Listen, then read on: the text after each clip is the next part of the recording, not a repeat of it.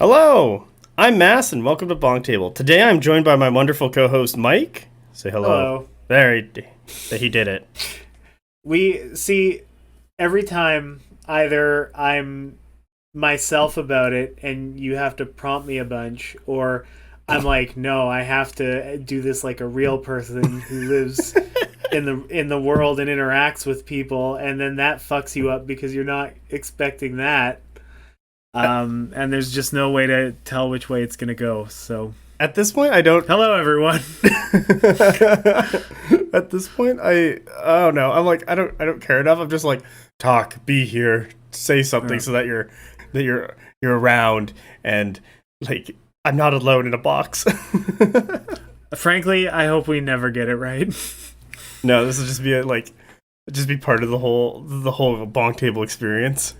Yeah, exactly. The experience is really the best way to characterize it. Whenever we get new viewers, they'll be like, "What the hell is going on?" It's like, no. This is just what happens now. Yeah. All right. It's the weird thing they do.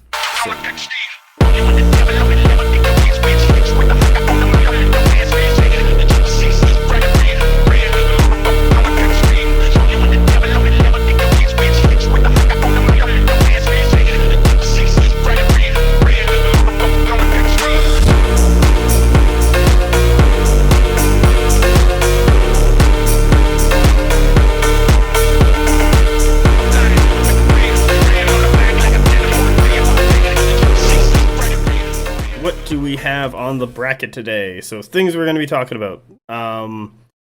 We have Discord server, BonkTable Discord. Link will be in the show notes below. We also have a YouTube channel called BonkTable. It's on YouTube. We got battle reports, mostly featuring 100k versus a bunch of other stuff, because I'm the one who kind of does a lot of the battle reports. Hopefully one day Mike will produce something and we'll throw it up there. Let me be honest. Yeah. For the sake of both yourself and anyone listening to this, I want to make battle reports, but then I do something embarrassing, or I start to lose too bad, and then I get mad, and then I don't want to show people, and so I don't. I've just accepted my fate that every time I put a battle report up, like that's it. I'm good. And there have been times in the comments where people are like, "You did this rule wrong. It should have been this," and I'll be like, "That's my bad," or like, "You're not reading this thing right," and I'm like, "I think it's this." And they're like, "No, you read this. You didn't read the very last word at the very end of this 5 paragraph." I'm like, "Oh, okay, yeah, you're right." And then other times, I think recently, I want to say it's episode 12. I edited in like the correct ruling because I fucked it up on like reinforcement lines. I just edited it in the middle of the bat report. It's like a banner shows up and it's like, here's the actual ruling, and it's like, save myself in post.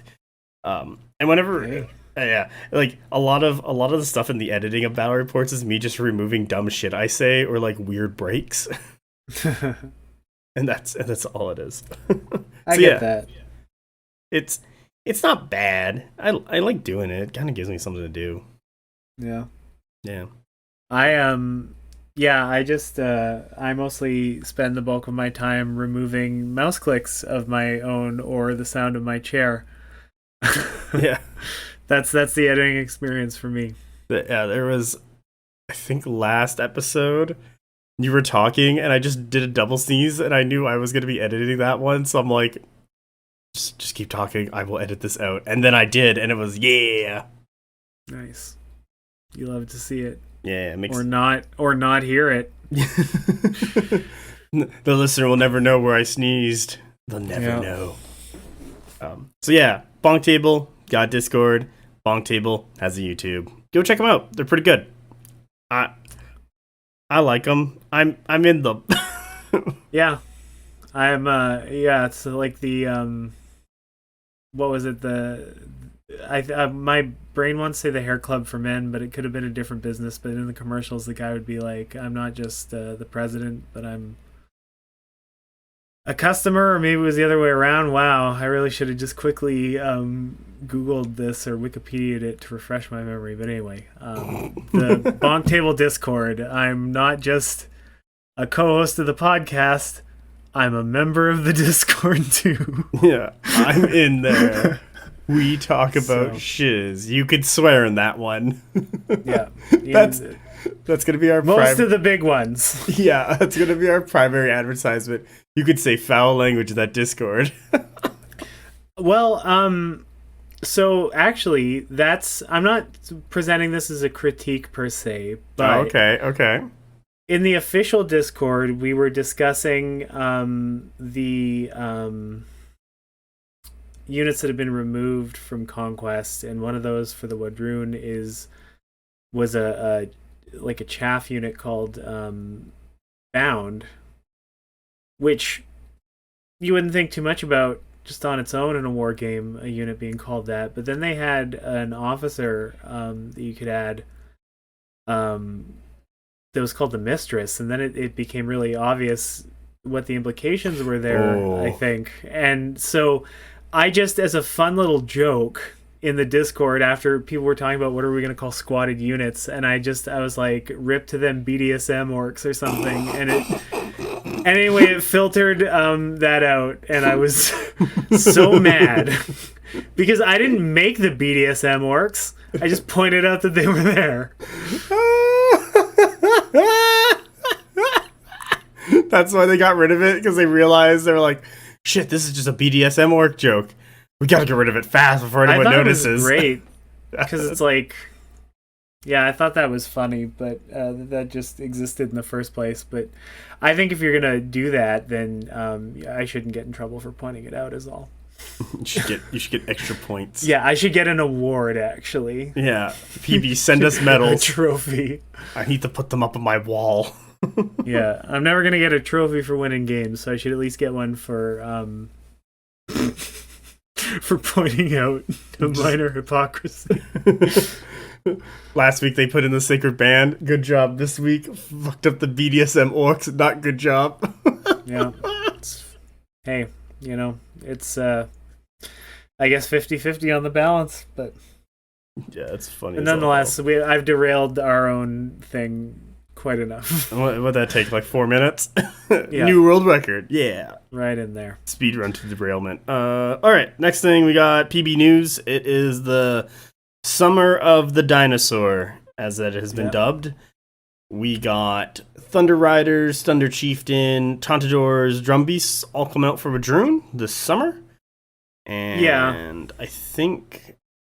And that was kind of talked about, I believe, in their happy hour that happened. I have to check now. God damn it. I want to say last Tuesday. That was June 20th. Yeah, so June 20th, they had a happy hour, and they were like, here's all the shizzle-bizzle. That was pretty cool. What do you guys think? You're the dino guy.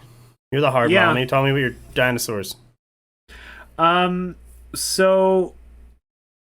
I don't remember I'm sure we talked about this when we recorded another episode, but I don't like the hats for the Thunder Riders. I'm sorry. Yes, I know that's going to court controversy, but like they look like they're driving Miss Daisy, in my opinion. I know it's a different kind of hat, and I know I made this joke the other time, but I believe it that much. And I'll probably green stuff little ribbons to go around the hats just to complete the look.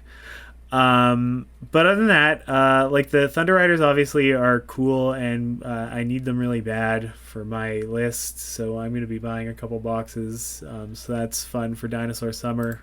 I think Thunder Riders, like, I wouldn't be surprised if a lot of Wadroon players bought minimum one, probably once two, plus the Chieftain. Like, they're that good. They're mainstay with the Chieftain. You can then tie into your Tauntadors and your Drumbeasts.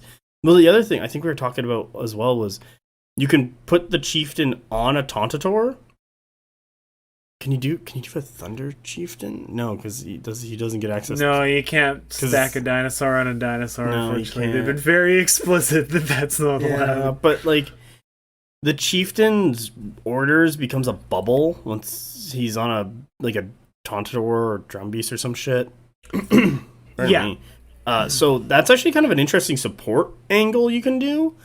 It isn't mainstay, so you still have to like get some mainstays in there for that list. But you could also do like Thunder Rider Chieftain with the Thunder Riders, who will then become mainstay and then restrict it into a Tauntator and be like, roar. Yeah, there's a lot of good options there with with like what the Tauntaur and the Thunder Riders bring to the Chieftain, because right now he's there to give you veterans at the moment in terms of what's actually released. They're not bad veteran. Like, I remember they're No, solid. they're not bad. They're solid they're units. better on the table than they looked in the book, in my experience, anyway. What is a good thing? Because like one of the things, how do I explain this? It gets into a paper versus practice kind of mentality of like a lot of times people on the internet will be like arguing about stuff like, oh, this obviously does this. This is very consistent this way. This is blah blah blah this way. It's like, okay, cool. You have theory crafted. You have written stuff down onto paper. When you put it to practice, you actually have to go out there and do the thing and see how it works. How does it feel when you actually play it?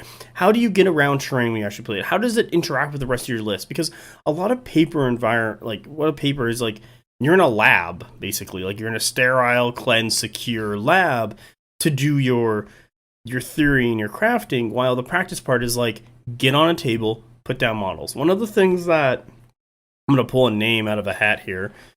Some older War Machine players will know this person. One of the things, like, I talked to Rebecca Banky, who's like back in the day, like an incredibly good War Machine player, and she basically told me, if you get into a back and forth argument with someone, like usually this is locally about something, let's say like Blooded are super good, they destroy the world, they're amazing. Nothing can stop them. Here's my full Blooded list. I'm just using this as an example. And you're like, that's dumb and stupid. Like, some units of Blood are good. The entire list of it, whatever. Once you go back and forth like 3 times, or like they present their argument, you present your counter, they present it again, and then you're going to present your another counter. Just, it's like the argument's done, because you guys are going back and forth on just this like argumentative thing in paper space, where it's like, well, this does this, well, this does this. It's like, put it on the table, play it, like, let's see it played, like, show that it works, show your work. And that's what Rebecca Banky told me when I talked to her like years ago. And yeah, it's something that I kind of like always remember and think about whenever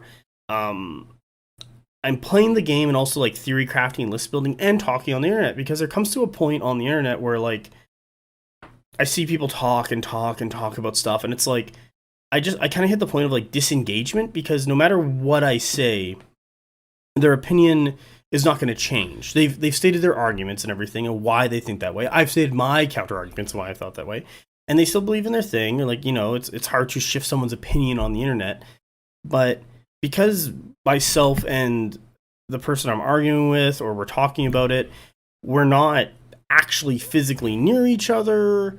Like, you know, let's say they live in a couple states or provinces, or even entire countries, or across the sea over. Like, you're never going to meet this person to play. So it's kind of tough to actually play that game and actually present those results. And it's kind of one of the reasons why I do battle reports on the YouTube channel, BonkTable YouTube, is because these are my experiences. These are why I see and express my way of thinking. And this is why I talk to other people in the world, to see and express their way of thinking, so that I have an idea of like what is working for them. Why is it working for them? Oh, their opponents are playing mostly mediums, and so they use a lot more heavies to kill mediums, or like they're building into more lights because their opponents are like running up like kind of like slow on scenarios, so they have their lights with medium characters that are getting up there faster. So there's a bunch of different like reasons why, and your meta is more defined to you and your experience than you actually think. I want to say late stage tournament War Machine, like this is where I'm going to draw a lot of my experiences from when I talk about these things, is from War Machine, because I can use it to cross over and tie into things to explain it. Is that in late stage War Machine, when there's always tournaments going on, like you got your Adepticon, you got your LVO, you got your Gen Con, you got your Warfare Weekend, all that stuff, is that players from around the world are watching these events. They're watching the list. These matches are being live streamed on Twitch, and people are watching them. People are getting the list. These winners of tournaments are being interviewed after, and their lists are being talked of. They're explaining their matches, how they went, what they did, all that stuff. Like, there's a lot of detail and explanation going in, and not just theory, but like actual experience being presented to the wider people and audience through these different platforms. So these things would then be transferred from those platforms to local players' metas, because they're like, okay, so I play Nords. This Nord list, it got like top 3 and is like, you know, it kind of goes between 1, 2, and 3, and it's done that for about a year now with some few changes. I'm going to bring that to my meta because I own all these models. Like, this seems super fun. This person's winning with them. I've heard them talk. I understand how to use the list roughly. I'm going to start playing it and build my experiences up from it, and then play it into my meta. And then my meta goes like, what the fuck? Now I got to go deal with this thing. So what do? Well, hey, how'd you get this list? Let's talk about it, blah, blah. And they're like, oh, I got it from like this podcast or this battle report or like this Twitch stream, and they go watch it and they go see what the opponents are playing and how they dealt with it, and those talks, and then they start bringing those lists in to counter that list that has been brought in from a tournament into local metas. And you'll see a slow evolution in local metas that start kind of matching tournament scenes, because players are pulling from the tournament scenes to play, and like those bigger tournament scenes start dictating and showing to local metas. Yeah. That was really long and like really detailed. I hope did you follow that at all? Like, this is like, oh yeah, okay, cool. Because I'm like, it's a very interesting thing to see in wargaming, and it doesn't happen right away. Like, for Relatively 6, like, Conquest is very much in its infancy of wargaming. Like, it's like what I don't know. GW from the 80s.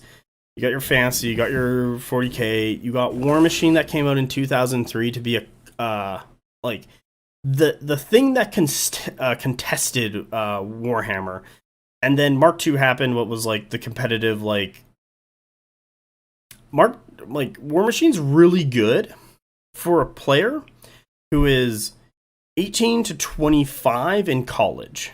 Like, that is your apex player right there, because they're using a lot of brain power and function how to play, but also they have enough free time before they get committed to like a family and job. So that's perfect. Like, that's a perfect War Machine goals. Conquest, I want to say, more feels like Warhammer Fantasy, like playing those games. So it's like, it's a bit more chill. People play it. People want to get good and all that stuff. So like, that still happens, but Conquest is really in its infancy. So we do not have very many tournament results, discussion, and talk about high-end tournaments to see how those things work. Because like, whenever people I see online are like, how do you think this list will do? And it's like, I have no idea what you're trying to fucking do. Like, I'm gonna be honest. Like, if you just sent me a list, and I had to tell my meta this in War Machine, because they would fucking do this to me, and I was kind of getting annoyed.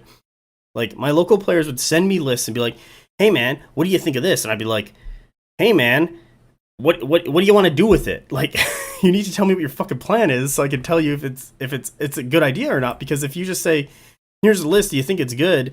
There's a couple like check boxes I can do. It's like, well, okay, you brought an anvil, you brought a hammer, you did all this, blah blah blah blah blah blah. But like, what is your goal? What is your game plan? What is your overall strategy? What are your tactics that you're going to use to get there? Like, those are the things I need to know to really like analyze and build and like deep dive into your list to determine if like, maybe a unit of Merc crossbows could be exchanged for a unit of Hunter Cadre if you remove these upgrades that you're not really using to like pay those extra points for that Hunter Cadre, like stuff like that.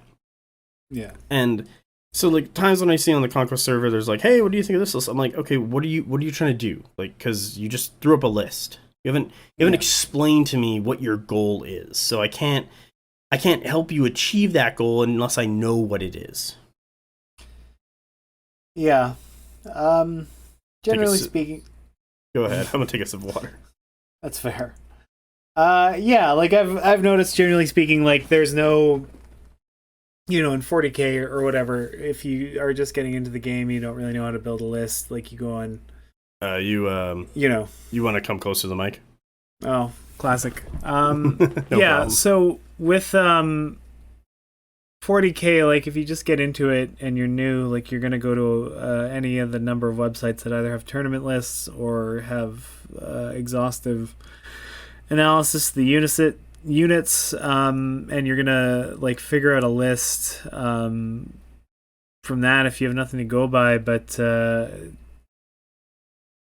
Conquest doesn't really have that to the same degree. Like there isn't that amount of like There's the amount of data. I guess just yeah, exactly. There's just not, we're not moving through the data fast enough to produce that sort of those lists as consistently, or what the meta lists are. And so because that data doesn't exist, people aren't using that to inform their regional list building, and so the metas are very regionalized in my experience, because what is the case where we are is not representative of what Conquest is like elsewhere. No, like, and granted, we're a reasonably small community, but nonetheless, so it's weird because it's hard to say what actually truly works for these factions, because it's people know what works for what they play against. yeah. Like, one of the things recently is I talked to Hannah, who's from Germany. You can find her on the Conquest Discord or the German Conquest Discord at Hannah. Bam.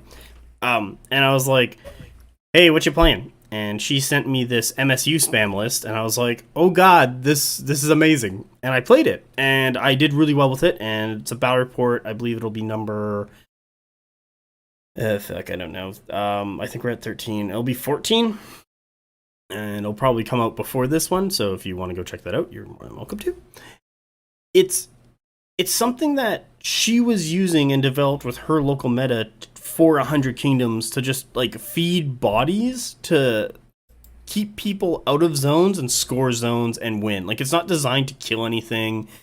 It's not designed to break stuff and win games by just destroying shit. It's designed to just get onto zones, flood it with bodies, contest and just score to victory, and just lose everything. But because you're scoring so much, your opponent cannot beat you because you've scored, or just send stuff to contest their zones, like just run stuff forward to keep contesting their zones, so they can't score it, and then they have to deal and kill your stuff to score their zones, so you win by points.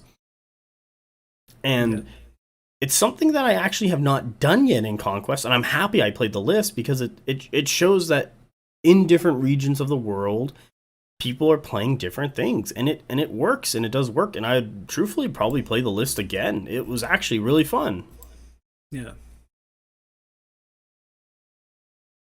Yeah, I tried somebody else's go wide list for Wadroon, and then that week I got matched into Dweg Home Player. Oh boy.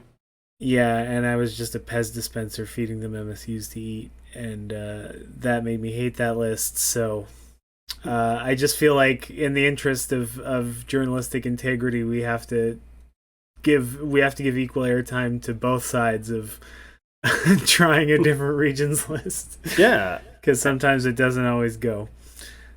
And there you go. That's the thing. Like, one region's success doesn't mean it works in another region or another player's local meta. And no. Yeah. I took over the PB News with a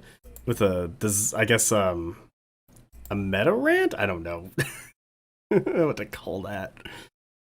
Do we have any other news besides Dino Disco craze that everyone's having?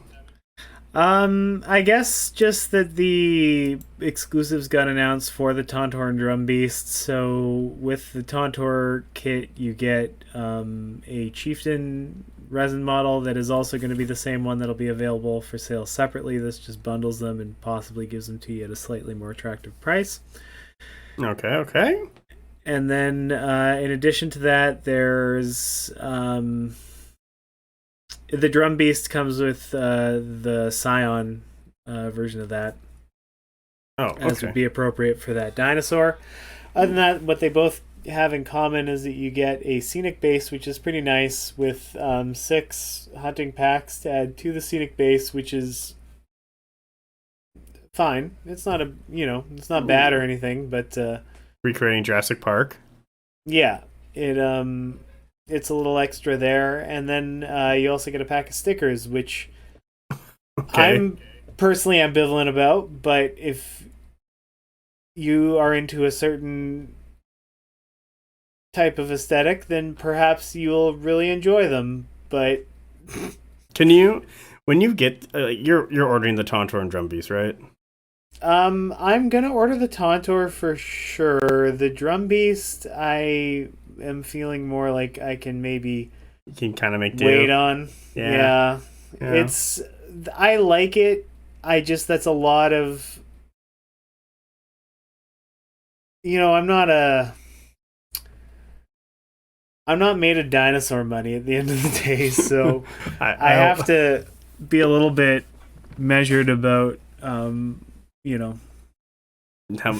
much money goes towards Dino? It's yeah, like- and if it was just the 2 big dinosaurs, then that would be one thing. But like, I've got to get that Thunder Chieftain, which is the other thing that is coming out now. Yeah, I do agree. I think the Thunder Chieftain as like a next purchase is kind of more up there. Like I'd put it Thunder Chieftain, 1 unit of Thunder Riders, and then it's a split between depending what you want to do between the Tauntaur and another unit of Thunder Riders. And then whatever one you didn't pick out of those 2, it's that one, and then it's Drum Beast. It's just like Drum Beast, you're at the bottom. Sucks to be you. Yeah. Which is interesting because once upon a time the Drum Beast would have been my first pick there because I thought that and I still do to an extent think that smoothing out Chance the way that the Drum Beast does is cool. It's just I think that the overall like the rules package makes You're kind of Tauntaur coming in and out. I don't understand because I'm right on it.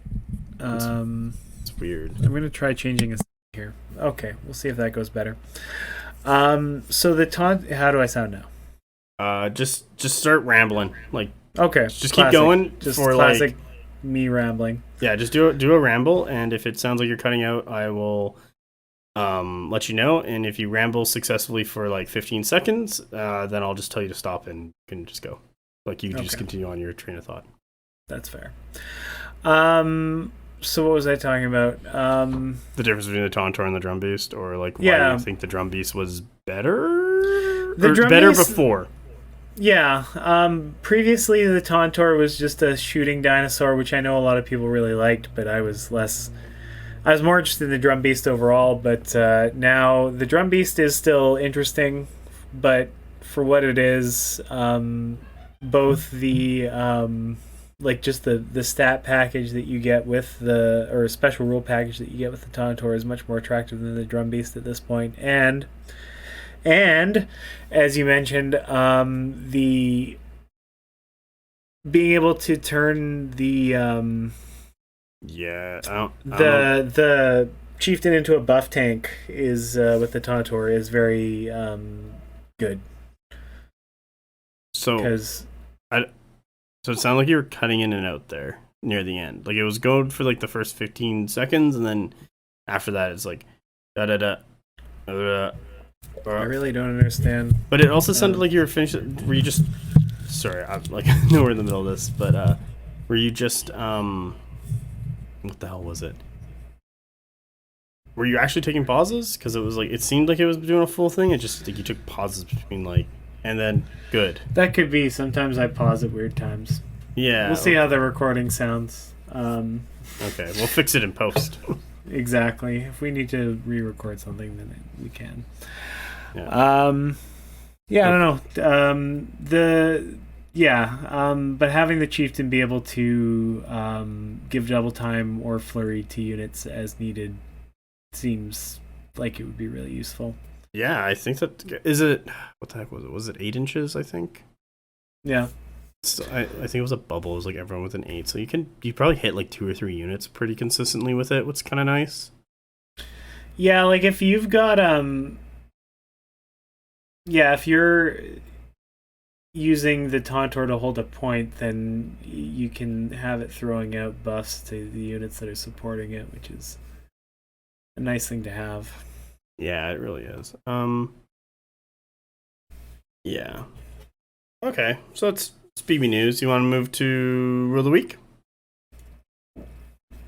Yes. All right, Rule of the Week. So today we're going to talk about phalanx. So I've chosen this rule because I just had to play into a bunch of it. Hell yeah. Yeah, that was it. So, phalanx. This regiment counts its defense characteristics as 1 point higher against all hits originating, there we go, I can use words, from its front arc, period. Furthermore, stands in this regiment, including currently attached character stands, cannot benefit from the inspired special rule, comma. Its charge distance is always its march value +3, and it cannot occupy garrison terrain. Period. That's it. There you go. Yeah, it's pretty good. It's always on, so you don't have to like draw event into it like Bastion. But Bastion is more well-rounded because it still gives you that defense even if you're coming in from the side. Mm-hmm. But if you're playing well, and I'm not gonna say you're playing right, but if you're playing to your strengths with Phalanx, you can just be like, hit me from the front. One of my sides is blocked from a building or a piece of terrain. My other side is blocked by another unit. You have to hit me from the front. I get the +1 defense. Yeah. This also stacks onto Shield and Bastion. So if you have a Shield and Bastion and Phalanx, it's just a +3 to your defense. So you can start like defense stacking pretty high. Hoplites are defense 2 base, +1 from Shield, +1 from Phalanx. So they're like defense 4 for like 130 points. And I'm just like, ah, god damn it. Mm-hmm. So it's like dealing with these guys is kind of a pain in the ass every once in a while. Yeah. Having the standard march distance of like +3 makes you it makes you consistent for your charges, but also does not give you like long bombs or anything you can try and do. Yeah. So there are bonuses and negatives. It's like you always know that if you're speed 5, you have the +3, you can get an 8-inch charge. Like you have it no matter what. You don't have to roll a dice. You never have a chance to fail unless you're completely out. Yeah. However, the big drawback of Phalanx is that you can never gain Inspired. There are a couple relics and rules and stuff that get you around this. Like I think there's a supremacy ability off a couple like city-states characters and stuff that allow you to get around this. But you're never getting inspired, so your base clash is always just going to be your base clash. And things that have Phalanx usually have a low base class. Like they're mostly designed to be a more tanky, defensive, Anvil-esque unit. So something that wants to take hits and hold something there for hopefully something else to come up from the side or behind and hit that unit with its actual damage. So I'm going to use Hoplites a lot because this is very much the classic Phalanx unit, a unit of Hoplites. So they'll just run up a bunch of them and just be like, hey, we're a bunch of Phalanx, come and hit us. Or we're just going to eventually just keep marching until we can charge you. And either one of those two things happen, and then you have a unit of Minotaur Thespians, I think they're called. Those are the big like dual hammer guys, or even you could do Minotaur Hespis, what are like Cleave 1 or whatever. They have those shields. But you can come in with the big Minotaurs would have Cleave 3 and Linebreaker, and then just like side hit whatever unit that's fighting the Hoplites, because they're just stuck there fighting the Phalanx guys because they get that +1 defense. Another thing about Phalanx you got to be worried about is that you don't benefit it from the sides. So if someone hits you from the side, you're losing Phalanx, you're losing Shield. It's usually a pretty big drop off in defense. So you really don't want to get hit by the side if you have Phalanx. And I believe Linebreaker doesn't affect you at all, because Linebreaker, I think, like specifically calls out the Shield special rule and the Draw Event X special rule when performing Clash, Duel, or Impact. So Linebreaker does not affect Phalanx. It's actually really nice. So you still get it even if someone has Linebreaker. Yeah. So there's kind of the pluses and minuses of Phalanx. Also cannot occupy garrison terrain. I'm pretty sure that's in there kind of like The shield rule says a regiment cannot make use of the special one occupying garrison train because it's like the building.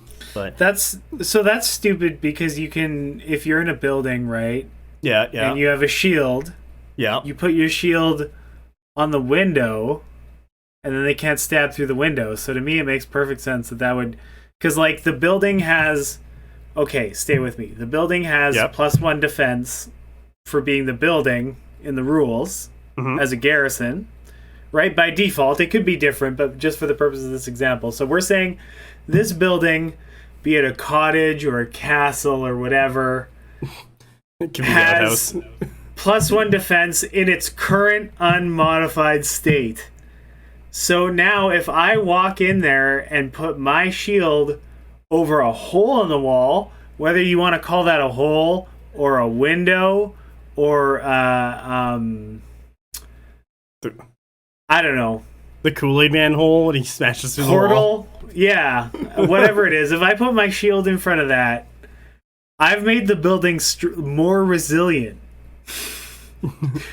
whether you want to admit it or not. So I think that shield, at the very least, should benefit still if you're in the garrison terrain.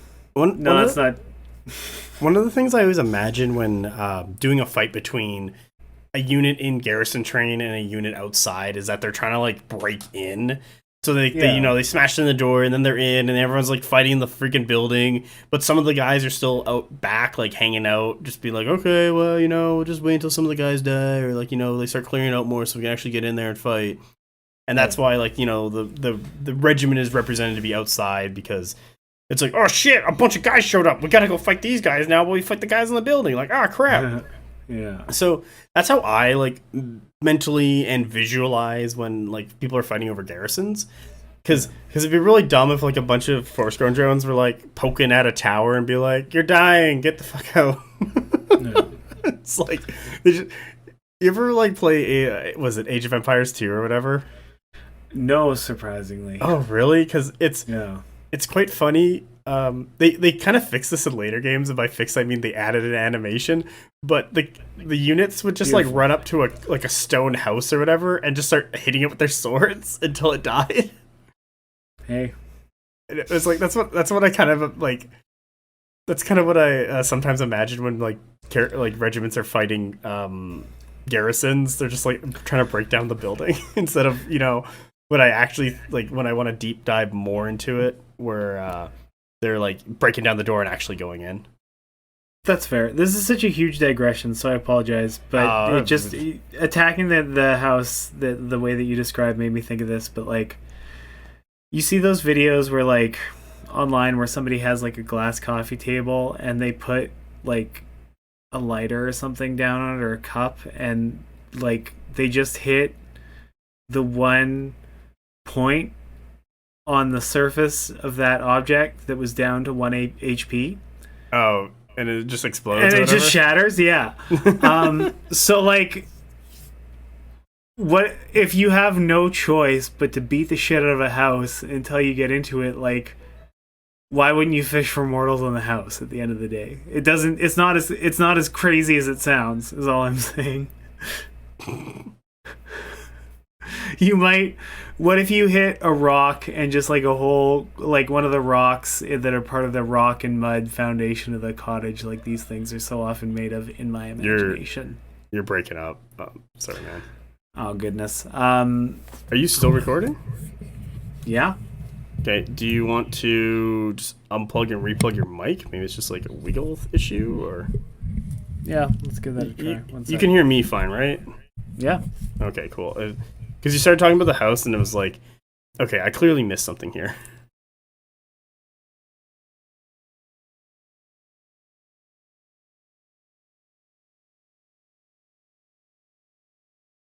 Hello there. How are you? You're a bit quieter. Okay, now you're good. There you are. Okay. You just need a moment. Wait, actually, I may have identified something here. We'll see how I sound now. Yeah, so You just kick the shit out of a house until hopefully a beam disintegrates and you can get in there, is my point. And then if you have no other options, yeah, you might as well. Yeah. Yeah. And phalanx makes sense for it not working inside of garrisons because it's how the unit's position on the table. And so that's why it's like, well, you don't get it, so you can't occupy garrisons. But it doesn't even let you in the building anyway. They're like, no, you're in a triangle, you can't come in. Sticks are too big. Sticks are too big, yeah, the phalanges. God, those poor bastards. It's I think it's the kind of rule I like where it can increase a unit's defense without just increasing their stats, and it gives you as a special rule that always has more design space for you to interact with it. But it also has counterplay. It's they got shields, phalanx, bastion, and they're I don't know, defense 2, so now defense 5, and you're like, well, I have cleave 1. If I hit them from the side, they go down to defense 3, and then they get cleave 1 to defense 2, and then I kill them. There's a workaround. Exactly. And that it's just no, go ahead. Oh, it's just I really appreciate rules that are strong, they're solid, they present something, but then there's a workaround your opponent can do to get past them, to resolve them on their end. So it's not like they're just screwed over. It's if you have that rule, there's nothing I can do.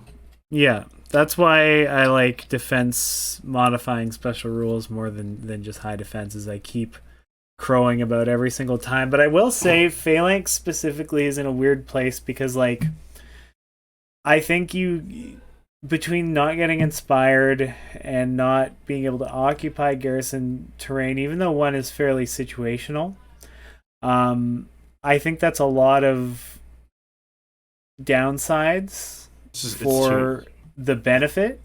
For +1 defense in the front. Yeah, but for shield if you made it any better, it would be too good. So yeah, I would actually be fine if they allowed it to be inspired. I'm not gonna lie, because the clash values on things that have phalanx are 2, and it's just oh boy, how many hits you got? And they're because I played a City States game today, and it was just I believe a unit had phalanx, they couldn't inspire, but if they were pulled from the strategic stack, they would get flurry. So their clash 2 with reroll everything, so that was kind of their saving grace. Yeah. But then it's okay, so they did that, and they hit a bunch of Ashen Dawn, because of course I ran some Ashen Dawn up in their face, because I'm here, eat the tank. And now they're fighting the tank, and then next turn they were getting shot by crossbows, hit by Sealed Temple, fighting Ashen Dawn, because I'm just throwing stuff at them, and they're living, but they're getting cut down stand after stand after stand. It was a 6 unit with a character, so it was 7 stands in total. Whew. And with their defensive stats, it's gonna take me a little bit to cut through them all. Yeah. But I'm working on and doing it. But it was kind of at that point where they're all right, I have 3 stands plus a character, and one of the stands is at 1 health. I'm gonna get broken and killed off this turn. So they quick drew their card instead of putting in the strategic attack for flurry, and then rolled their attacks into me, and it was okay, so instead of a bajillion, you got 6. Cool. It was okay, cool. And and then they died. Brutal. Yeah, and it was great for me, not for them. Yeah. So I like this rule, but I am seeing some of the negative acts of not being allowed to inspire. You're already reduced to March +3. Yeah. The regiments that have this rule don't really have access to banners, so it's not they're going faster to get into stuff. There's already a bunch of speed drawbacks on this thing already. So why do you need to put a clash drawback? Yeah. It does feel a little bit much. Let the boys get inspired, Yeah. They need all the help they can get. Yeah. I've speaking as somebody who plays Wadroon and puts themselves in positions where their chance gets screwed up, I've had to make those clash 2 attack rolls, and if you don't have something to make them better, they are absolutely miserable. Oh man, if your clash is 2 after being inspired, you might as well just be we'll flip this coin 50-50, I get 1 hit. Yeah. It's not even that, if it's I'm trying to think because there were a lot of really specific situations that would get me there, but there's quite a few situations actually in our local meta where you can be attacking a unit that turns off your inspired. Sorry, can you repeat that? There's a lot of units that you can, or there's a lot of stuff that we play into locally that can turn off inspired, so that's rough on me if I don't have my chance lined up to... Yeah, that is true. Standard steel, get that dread out. Yeah. Old domain with the fallen ability, get that dread out. Yeah, dread's a killer. To me, everybody else doesn't seem to have a problem with it when I try to make use I just threw rated dice at Dread and was like, here, I'm gonna just roll more dice at you until you go away, please. Yeah. Dread's a good rule. It's just reduce hits, basically. It's what it basically says is like, I reduce hits. Yeah. Alright. So that's a rule week. Phalanx.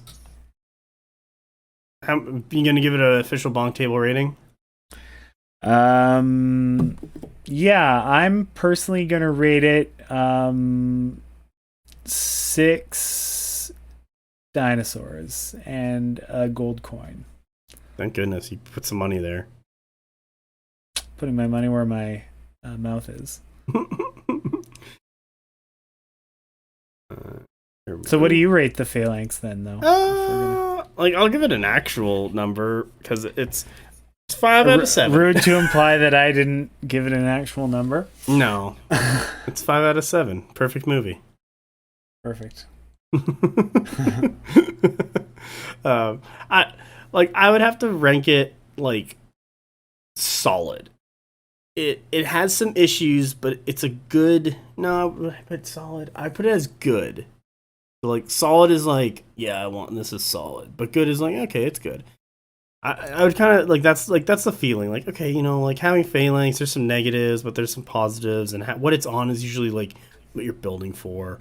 So it ends up being, I want to say, more positives if you play into it, but if you're playing it but not using it to its strengths, you will find detriment in it. So like if you're trying to be like using the unit that has phalanx to be fast, or like trying to get places or trying to do damage through its hits, like that's not really why you have phalanx or you're looking for it. It's very good on the things it is on, what are usually just anvils. Yeah. So should we get into our main topic that is going to be terminology, and if we get time left over, keep on going, we'll talk about army list building. But yeah, okay, so today, class, it's gonna be an English lesson, and if you don't speak English, it's fine, you can join in anyway. It's true. So I'm barely communicating anything to anyone in any language, so that's BonkTable is universal in that respect. That's why we chose the best name. BonkTable. BonkTable. What dumb shit are we doing? Just talking in voices at this point. That's what it's degenerated to. Yeah, we have fallen hard from the days of early BonkTable, but it's still these days. Yeah, people will look back on classic BonkTable and think, God damn, this used to be better. Those people. Oh my god. Every time we do an episode, it's like, I think this is the best episode we've done yet. Yeah. I don't know why. I listen back to them and I'm like, this is funny, but I don't know if this is going to help anyone get better at Conquest. we do talk about shit. Like, we eventually talk about rules and ideas and just like our topic eventually, but like we do this for fun. Yeah. Like, this is a fun thing we do. I do it for all the money too, but yeah, you know, to each their own. I do it for all the internet bucks. Yeah, the money, the romantic and sexual partners, the fame. These are what I do it for. Yeah, the rock glamour. Stars of Conquest. The kickbacks, the gifts. Oh man, I started talking to politicians. We're gonna get some legislations changed so that it benefits our corporation, BonkTable Inc., way more than any other corporation in the world. It's great. Perfect. Finally, it's that's using politics to do good in the world. Yeah. The legislation changes that everyone has to wear BonkTable branded undergarments. Oh, Yeah. okay. We're going to make billions. It's not a huge change from what I'm doing anyway, so I'm okay with that. Yeah. God damn it. Now I'm List thinking building. Yeah. Or terminology. Terminology first. Or terminology, that's right. Okay. So, terminology. The reason why we're doing terminology today is because I've noticed in the local Conquest Discord, talking to some locals, talking to some other people online, that some people don't understand exactly what either some acronyms mean or like ideas of stuff. So, like, what is a hammer? What is an anvil? What is a speed bump? What is a tar pit? Like, what are things and such? And this kind of gets into list building a bit, and we might just do these together to help expand upon each other. Because, like, well, what are these things? Like, what is an MSU? What is I don't know, a hard hitter? Like, what's a tank? What's a brawler? Like, I'm using unit regiments. Like, what's the score cascade? Actually, this is a new one that I'm going to explain. But I've already explained it actually in the scenario episode. It just didn't get a name. And then I was talking to one of the guys on the internet, and he's like, dude, you just described what I call the score cascade. I'm like, the score cascade? This is a great idea. I'm going to explain this because it's... That's a good term. Yeah, and I was like, it was a really good term to explain this idea. So we're going to get into all that and just do as many as we can kind of think of at the top of our head. If we miss something, then that's fine. Like, there's range units that are like, what's a glass cannon? Like, what is a skirmisher? Like, all those things, because people, Conquest sometimes becomes, or what I've seen is that this is like someone's is first miniature war game, or they're returning into miniature wargaming, or they just don't know what these acronym means. Like, sometimes people ask me, like, what does SL mean? And it's like, okay, well, I'm in the 100 Kingdoms chats. SL means Steel Legion. Like, that's just so I don't have to spell it Steel Legion. Like, I'm pretty sure that happens a bunch in other chats too. Like Mike, do you abbreviate the Apex Predator, or do you just call it the Apex? No, I'm worse than acronyms, because when I say Dino, I mean Apex Predator, and when I say Raps, I mean Raptor Riders, and then when I say Dogs, I mean Hunting Packs. So, oh man, you're the best. Unless you already know what I'm talking about, you're not going to know what I'm talking about. You're kind of screwed. Yeah. So let's go over. I'm just gonna start talking about stuff. Mike. Oh, can I get one out of the way really fast because it's a hot one? Oh yeah, man. Do your hot takes. 2/3 of people who think they know what MSU stands for are wrong, just straight up. And I don't care what your background is or what other people told you it was. MSU stands for only one thing, and it's minimum sized unit. And if you think it stands for anything else, then my friend, you need to take a drink of a tall glass of cold water, because you're way off base. Way off base. Yeah, so God damn it, now we're gonna fight. I know, because I know that your background leads you to think that it stands for something different, and unfortunately we just have to fight about it. But there are people who think that it stands for multiple small units, or I don't know, something scoring unit. It's wrong. It's minimum size unit, and it means a 3 standard. Okay, get the knives. Who has the knives? Let's do this. You can't, to quote Mushrooms, you can't kill me in a way that matters, so by all means. Fuck you, you fungus bastard. I will burn your land and every shroom you lay to make sure that all your seed is dead. Wow. Every shroom you lay is going to be something that I actually like clip out and send to my non-Conquest friends, because that's... You hit something there, but I'm not going to elaborate. Anyway, you were saying? Jeez. Okay. We should put that on a shirt. Every shroom you lay. Every shroom you lay, yeah. God, we gotta do t-shirts. There's so many good, just stupid fucking quotes we could just do t-shirts on. Yep, it's pretty easy to do. For some reason, the easiest joke format in the world is t-shirts. So there's definitely, I think that idea has legs. Where are quotes? Yeah, but I mean, so you're gonna kill me because you think that MSU stands for something different. So let's explore that. Okay, so we'll start with MSU. MSU. It either stands for, and it's depending on the context of whatever the person's talking about. So it will either stand for, as Mike has said, minimum size unit. So that is just 3 stands, usually no upgrades, or it might be, like, oh, it's just an MSU with a standard and officer, or it just might be an MSU. And usually if someone says MSU, that means like it's just 3 stands, no upgrades. If someone says MSU with officer standard, then it's just with upgrades. And then there's the other context where it's MSU in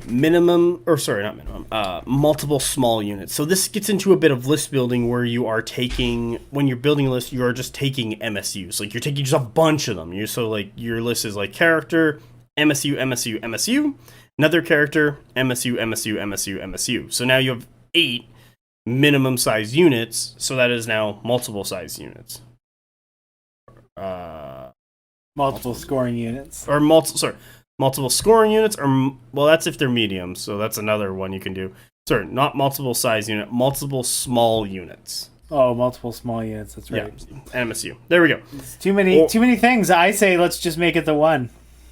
And you know what? That should be, except the problem is that it's good for all 3, but it's in the context of who you're talking to and what they're talking about. So that's just kind of like, hey, if they're talking about a list that's just going to use a bunch of MSUs, that means it's multiple small units. If they're using a bunch of mediums and heavies that are MSUs, it's a bunch of multiple small scoring units. The MSSU, so we're going to call it. It's just more S's. It's like, Jesus Christ. Well, the MSSSSU. Yeah, I think we got to go I think it's got to be 1 S or 3 S's and then onward from there, but we'll just what's that acronym got? MSU. MSU. The MSU. It's like the bassoon all over again. Fucking instrument. I think the bassoon is pretty cool personally. It is a cool instrument. And there was goddamn, we're gonna get off topic. It's a cool instrument. Done. Not going off topic. I could do this. I could be an adult for 2 seconds. So I can't. I know. That's why I have you. Part of my charm. You got it. Yeah. So yeah, that's what's MSU meaning, and you'll see it come up during list construction or when you play games and you just see a bunch of fucking 3 stands, like an entire list full of 3 stands just running at you, and you're like, holy cow, that's a lot of MSUs. And that's Colonel Custard's last words. Before you get drowned out in bodies. Yeah. So that's that one really. And then I guess the next one we can go into is kind of like unit classification types. So we have, let's start with anvils.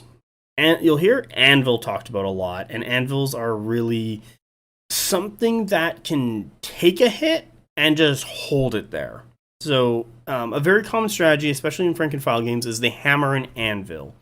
The hammer is the unit that deals damage, and the anvil is the unit that keeps whatever you want to deal damage to in place, ready for that hammer to strike it. So like, if you want to visualize this, if you have an anvil and you have a hunk of metal, you hit it with your hammer over and over and over again until that hunk of metal is transformed into whatever you want. So in this case, you take the enemy's regiment, you put your anvil on it, and then you hit it over and over and over again with your hammer until what you want is a dead enemy regiment. Until it turns into a beautiful butterfly. Yeah, it flies the fuck off the table, so I don't have to deal with it anymore. Yeah. It turns into a beautiful butterfly. Just look, it's beautiful. Can you imagine if I took something like, if I came to the store with like a hammer and just slammed a bunch of my opponent's like models into a beautiful butterfly? Like, I'm pretty sure I'd be barred from the store. I don't think they would. Yeah. Like, I'm pretty sure I'd be escorted out. But you know what? I think personally, if you can smith plastic the same, like, and work it the same way that people do metal, you're some kind of magician. So I think you can do whatever you want at that point because you're actually very dangerous. My wizard powers precede me. No? So, anvil type units are what's a really good anvil? Fuck. A bunch of hoplites is actually a pretty good anvil. Sorry, what's up? Valks. Velks are a very good anvil. They need a bit of building to get there, but they are far and away the best option for Nords right now. Yeah, like Huskarls can be, but they kind of just die off too fast. Anvils want to live. You're not necessarily dealing. Pardon me, I'm just burping. I also made a fart noise when you talked about Huskarls, so just in case I don't know who's going to be editing this one, but just in case it's you and you get to that point and you're like, why was there just a big fart sound with no follow-up or context? And then this is why I didn't just cut the fakest sounding fart that ever came out of a human body. It was intentional. Yeah, so anvils are very much units that don't necessarily want to do damage back. They just want to take damage and live and survive and stay there. Yeah. Hold Thanes, hold warriors are pretty good anvils, actually. I believe good for their price. Yeah, Dweg Initiates are actually also pretty good because I think they get up to defense 4 and they can just they have support and stuff, but they just take a beating. They're a pretty good anvil. There's a lot of Dweg units that are actually surprisingly good anvils just by their stats, and then they can just have their ranged elements contribute and just kill off stuff. Yeah. So those are good. Hoplites I've already mentioned a bunch of fucking times. Wadroon have the classic Brave block with Hard Mommy to support them. Yeah. If you go up to 6 stands plus the HM, with her, they're not a traditional anvil because they don't have very good defense even with shield, but they have a lot of wounds and they will hold on long enough. They can also heal back a stand every turn because of the character activation. So I've always had a lot of success running that as an anvil to the point where it became kind of a list building crutch for me. Oh yeah. Just to dovetail with list building. Yeah, it's reliable. It's kind of its thing. Another good anvil would probably be something in 100 Kings would be a men-at-arms block with a seasoned veteran for Bastion, and you get 6 stands in a unit with a water mage who's just healing them, and if they never get an enemy character in to duel out that mage, you can kind of reliably just have the men-at-arms just sit there and just take it. Yeah. And if you just draw the men-at-arms at some point to unbreak themselves, because they usually just die enough that they get broken, and then draw the water mage to just heal them up, you're usually fine. But because you have 6 stands, you have enough to just live, so that you can just kind of do that. Yeah. And they're not really doing much damage back because they're just Clash 2. We've already determined that Clash 2 is bad. But you don't really rely on Clash 2 to get anything done. Yeah.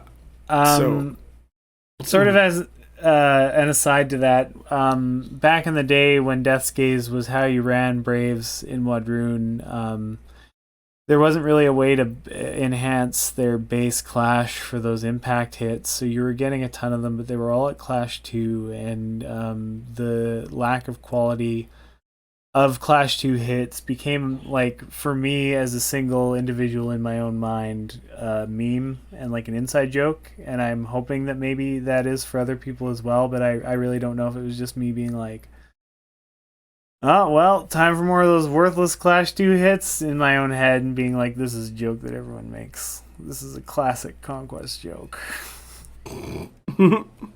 So, who's to say? Who's to say? So yeah, that's kind of what you're looking for anvils. You're looking for something to just sit there and just take hits and just live. Something that is supposed to kind of just take a hit would be a speed bump. A speed bump is usually an MSU, so minimum sized unit in this context, as I had to break that one down again.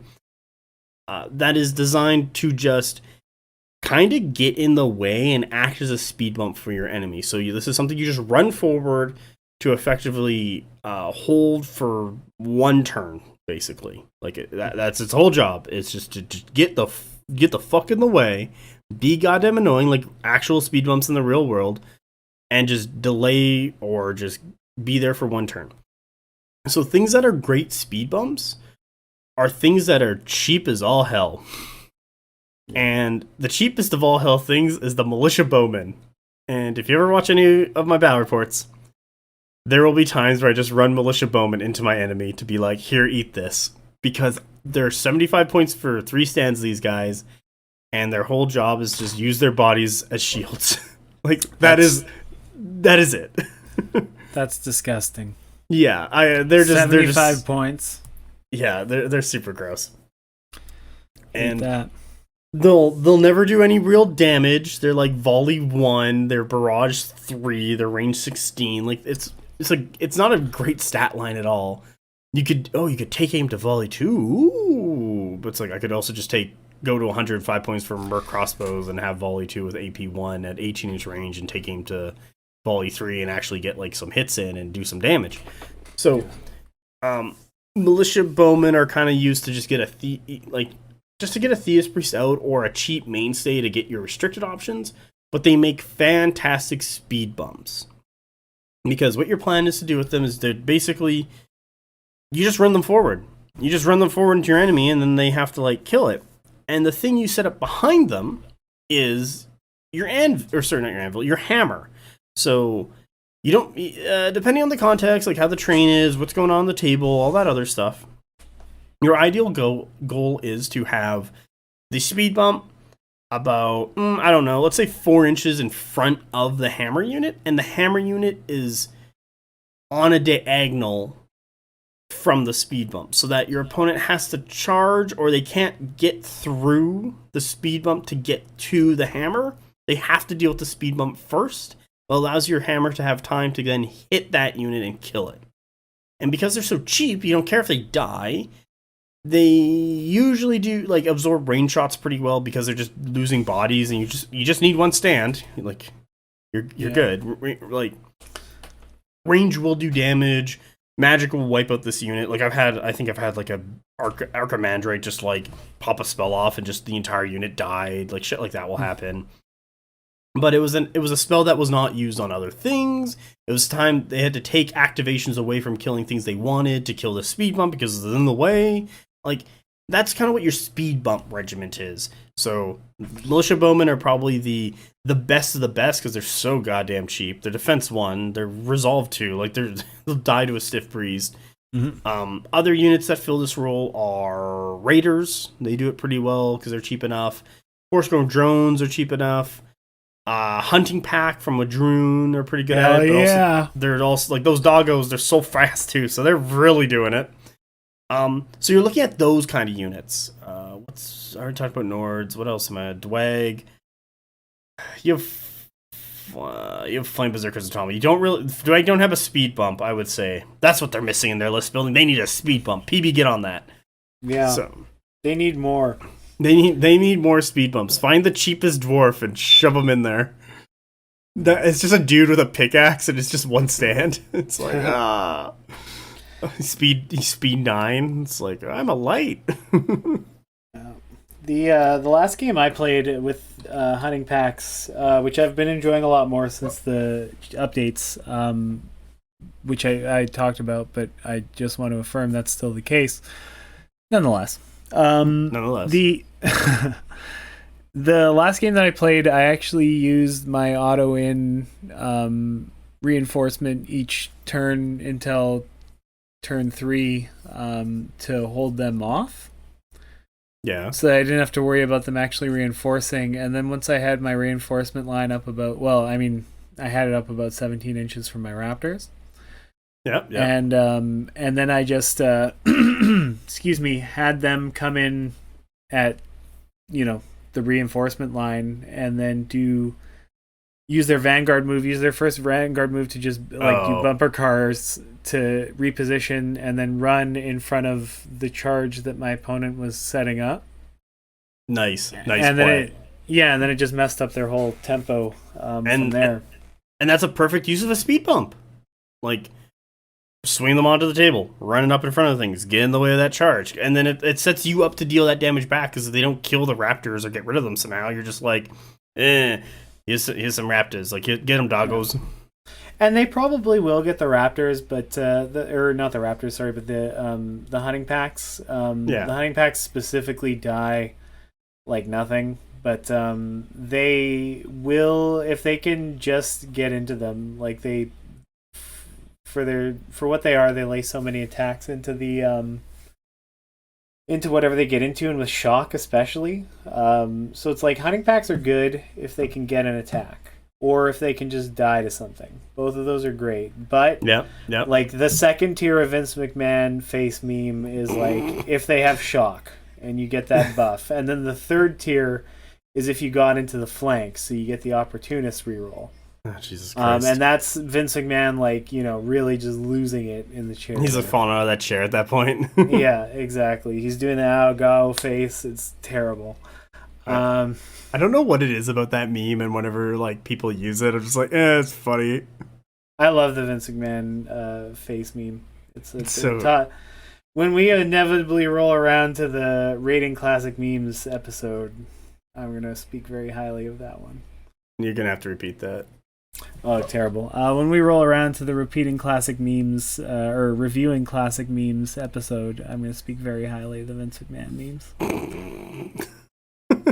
Is that going to, like, I'm not going to lie.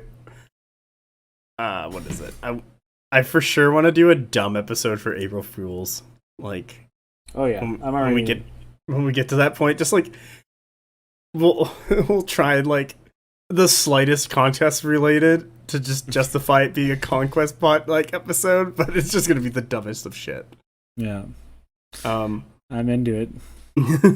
So go ahead. Oh, I was gonna say, now we have to cut that so that it's a surprise when it happens. Oh fuck, man! Like that's not for like 9 months or something, roughly. I don't know. Like fuck, people aren't gonna remember that goddamn episode. I'm not gonna remember. So yeah, good point. Yeah, it's just something in the back of my head where I'm like, oh yeah, we should do an April Fool's episode. Like, we should get on this. So the next one we have after the speed bump is going to be the pinner. A pinning unit is basically any unit in the goddamn game, but you kind of want to focus on units that, how do I say this? Are not hammers for sure. Are either anvils, speed bumps, tar pits. We haven't gone to tar pits, but that might just be more anvils because of how this game works. But any unit can be a pinning unit, and a pinning unit is just you run it into your opponent. So you just do a double march, or so you do a march charge, and you just stop them, and you get into contact, you charge them. Maybe you have some impacts, you do some impact hits. You're not expecting to do any damage. You're just trying to make them like stay there. And I believe it was the battle report. I don't know. Was it 6 where I did this? I think into Old Dominion, or I actually might have done it. It might be 7 where I did this actually into Mike when he was playing Nords.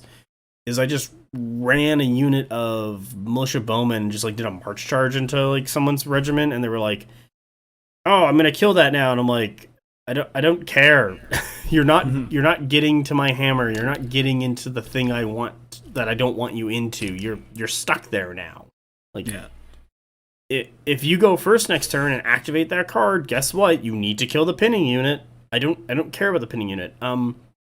Things that make great pinning units are your speed bumps. Those are great pinning units. A regiment that's weak. So let's say you have a regiment with like just 1 stand left and it's at like 2 health, and you're just like, oh, what are you gonna do? Well, and you're in the middle of nowhere and you're not gonna be around anything. Well, you might as well just run it into your opponent to just be like, here, tie him up. Like, you're pinned, you're stuck there. Stay. Like, stop coming forward, stop shooting, like, deal with me. That's a really good pinning unit, and it's very like a pinning unit is something that kind of evolves as the game or as your game, like your match goes on. So as you're playing your opponent, going back and forth, things are happening, stuff is dying, you're killing stuff. Your pinners start showing themselves when you need them, because it's like, I need that not to move because I need to do a setup. Yeah. And I need my opponent not to kind of get to me, so I'm just going to throw this unit up there, and you're now the pinning unit because you've stopped them. And then I just run up with the other thing that's actually going to damage, and I set up so that my charge is all nice and easy, so I don't have to worry about it. Yeah. And that's it. And it kind of like, and some things are kind of classified earlier on. That's like, okay, this can use, and a lot of units kind of start getting into like double roles and how you use them. Like Burke crossbows on top of being a range unit, are also a great speed bump and a great pinner. Because they're crap in melee, but they're also 105 points, so they're cheap as fuck. And if your opponent has to kill them, that means they're probably not charging into your Steel Legion or your Household Knights that are all decked up to kill stuff or getting into the zone. Like they're designed to, like, you can switch them from shooting stuff and killing stuff with their crossbows to charge there and stop them from getting to me. Like a lot of the time I will set my unit of Merc crossbows on the edge of the zone so that if my opponent charges me, they cannot, they're not entering the zone to score or contest it. So then they have to kill the Merc crossbows. And I'm like, okay, cool. Like that was used as a speed bump so that I can keep my scoring going. Yeah. So a pinner reveal itself as the game goes on. So what else? Let's get into tar pits. Tar pits are kind of like anvils. They're more maneuverable than anvils, and they're kind of there to just kind of like get people stuck forever. And a tar pit will usually happen when you have two anvils fighting because they're not killing anything. And also you have nothing around to help them kill. So they basically, like, the two anvils end up like slap fighting each other, and this is a thing that happens when you and your opponent somehow get the anvils into each other and no one's hammers come around to like get rid of each other. Yeah. So it just becomes a tar pit at a location on the table, and sometimes they happen on zones, and if they're happening on zones, you want to make sure you have more stands than your opponent so you can score it, or you keep consistent with their stand so no one scores it, and it just becomes this mosh pit, tar pit of like just nothing's winning here. It's just stalled out until someone commits something more to that area, and that's kind of the concept and idea of a tar pit. Especially for this game, like in other games, tar pits had more meaning and differences, but in this game, that's kind of like it's just when two anvils meet, they're not killing each other. Yeah, I mean, you could arguably, so there's two maybe extensions to that where it more justifies. Okay, so one distinction that I'll argue for, sorry, I was trying to think how to position this, is that if you want to make a Conquest specific distinction between an anvil and a tar pit, is a tar pit is an anvil with healing. Yeah, you know what? That is very true, because then it's not fucking going away. So like, then that would be your what is it? Your Valks, like your blades, your braves. Yeah, braves with supported with a healer. Men-at-arms with a water mage. 24 stands of force-grown drones. Yeah, with a Ferromancer or whatever the one heals, that guy. Yeah. In theory, a big brick of trolls. Trolls, Valks will do it. Like they're just sticking to you, and you can't get rid of them. Yeah, that makes it that's a tar pit. Yeah, that's actually a pretty good one. I do what I can. I know. I had a joke too, but now I've lost it, so that's okay. Do you want me to keep going? Yeah, it's fine. I'm not that. I know I'm doing a lot of talking because I'm just explaining a bunch of stuff. Like, no, that's totally fine. It's I mean, I'll interject where I think it's appropriate, but for the most part, I'm you know. Oh, why? Thank you. Yeah. What was I gonna say? But thank you very much. I hope your earlobes are enjoying this sweet serenade of explaining terminology.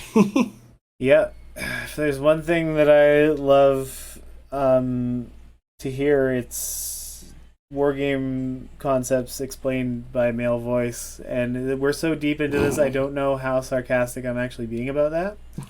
So I don't know. Let's just not dwell on it. All right.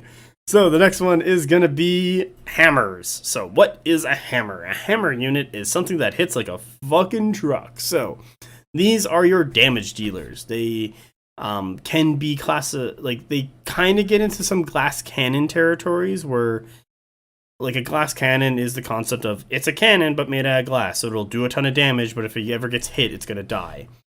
Yeah. hammer, and so like all glass cannons are hammers, but not all hammers are glass cannons.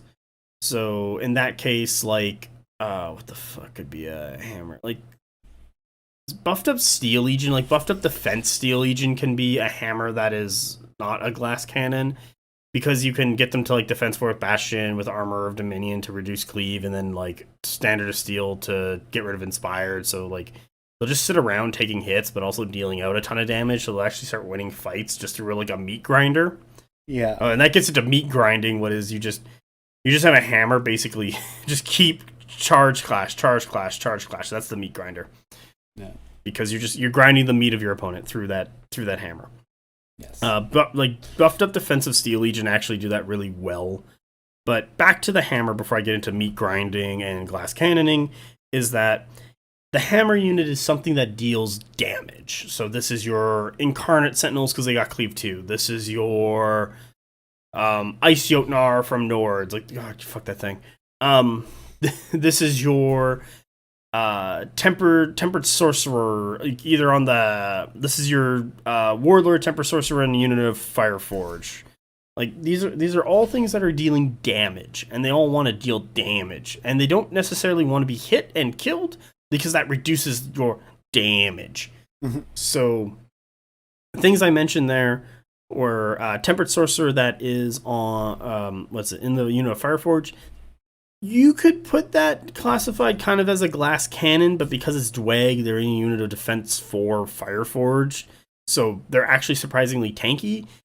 Except all the Fireforge now are starting to do melee if you ever like get into melee with the things, but the wizard's still popping off, so it's like, well, fuck. But there are times where I've just thrown like mounted squires at a wizard and be like, here, kill mounted squires. The fuck do I care? They're mounted squires. Yeah. So that's using a speed bump. See, using these concepts already. While Steel Legion with Imperial Officer taking all the defensive stuff turns itself into a meat grinder type unit that will, like you take 6 stands, you put them in veteran. Like you're spending billion points here, but you take 6 stands, you put them in veteran, so they're like clash 4, then you inspire to re-rolls 6s. You have an Imperial Officer who's giving them double time and +1 defense, so whenever that regiment activates, they go from defense 3 to defense 4. There's 6 of them, so they go up to being like Resolve 5 or whatever. There is, Standard Steel, so anyone who contacts that unit loses Inspire. Then they have Armored Dominion on the Imperial Officer, so the 3 front stands, if you line it up properly, don't get Cleave or Smite, so that reduces a bunch of damage into them. And you just, because you're Cleave 2 on Clash 4 rerolling 6s, you hit a lot and you do tons of damage back, or you hit them with a ton of damage, and so you just start killing regiments, and then and if you get into this tempo of, can I charge you? Yes. Do I have a second action to clash? Yes.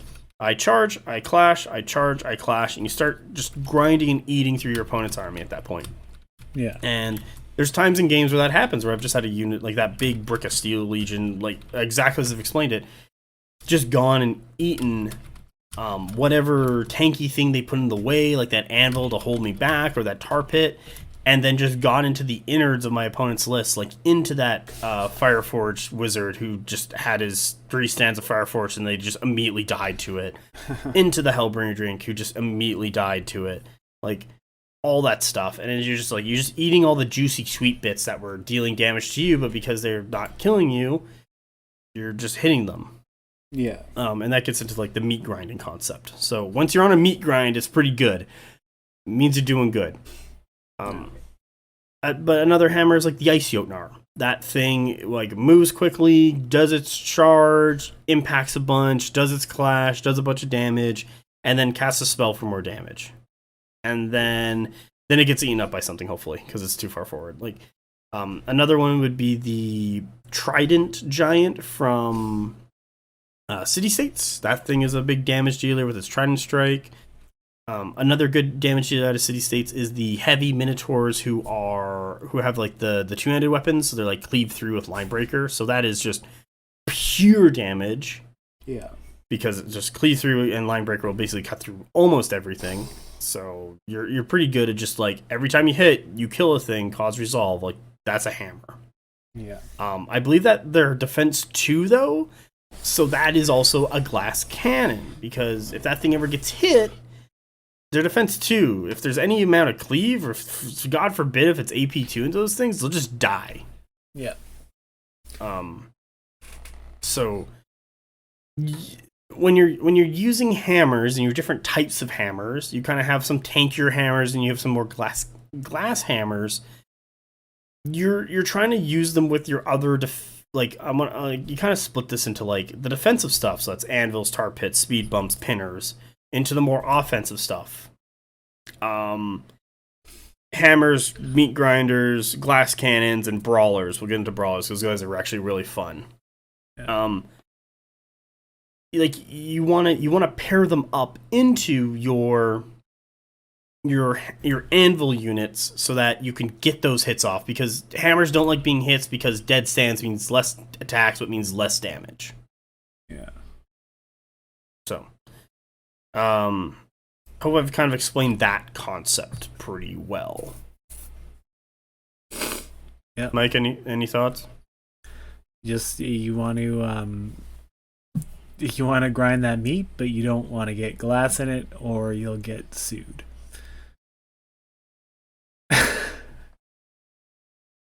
You still there? Oh, did you hear me?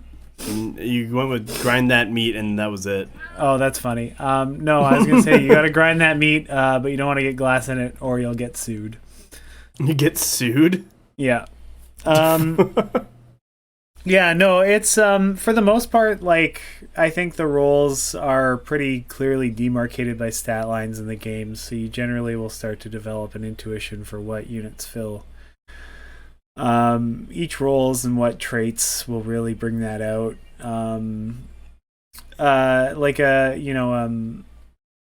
Valkyries are a tar pit unit, but if you're ever in a position where you don't need them to be tanking hits necessarily, or where you don't need the additional assurance that Blessed gives, then you can,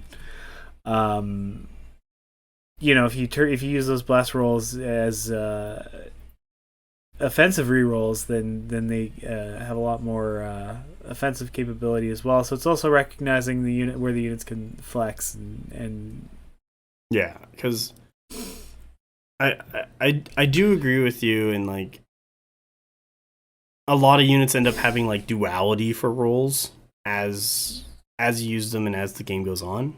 Yeah. So that is kind of like what's going on there.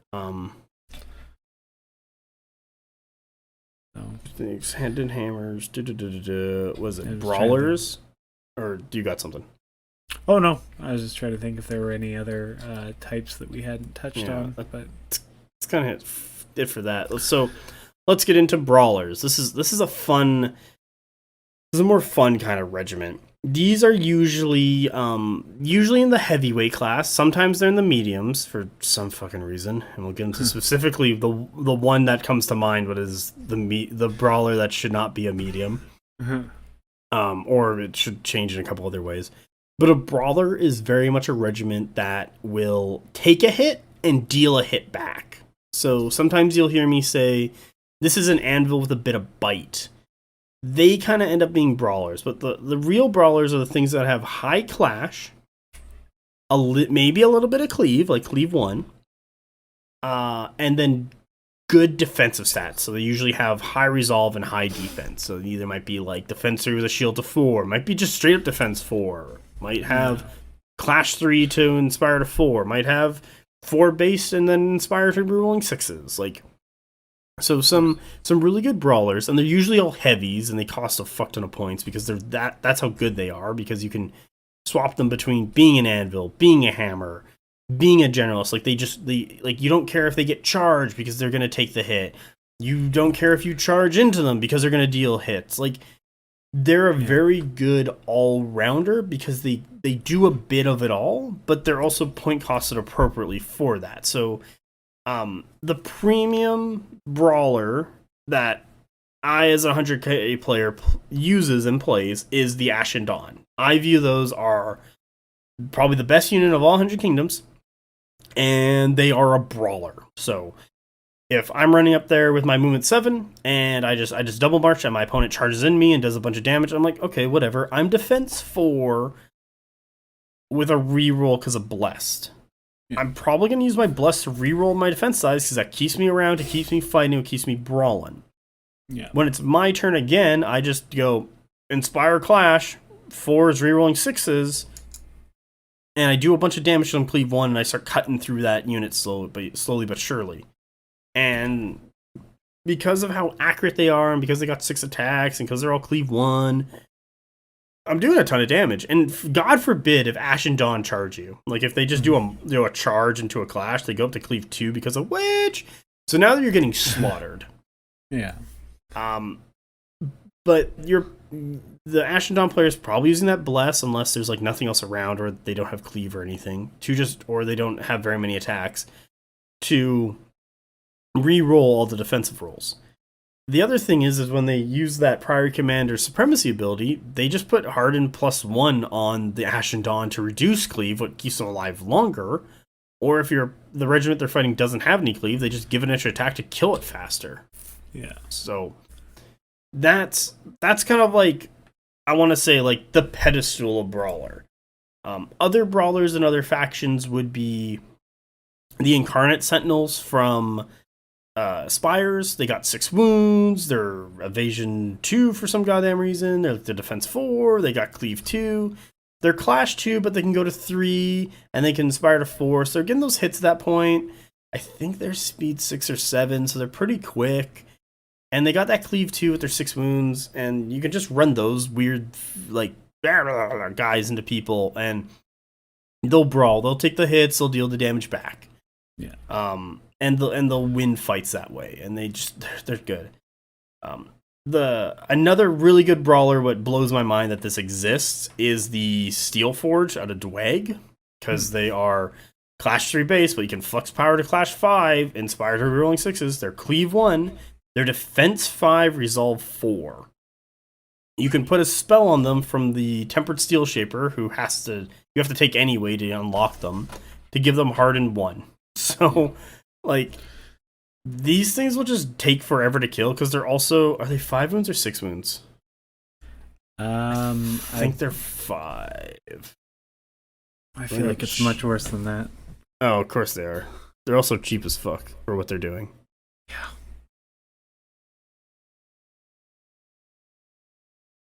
They're 5 wounds. Oh, damn. Yeah. Defense 5. They're evasion 1 for some goddamn reason, and then they can also take the flux power, or not the elemental power tokens, to just pass 5 attack rolls into you, like before you even roll. So they're just brawling. And they're cleave 1, so you just go up to Clash 5, inspire to rerolling 6s, so you basically make all your 4 hits off of each of them, cleave 1, kill stuff, and just don't take low damage and just clear, like, you'll just win fights and keep going. So those are brawlers.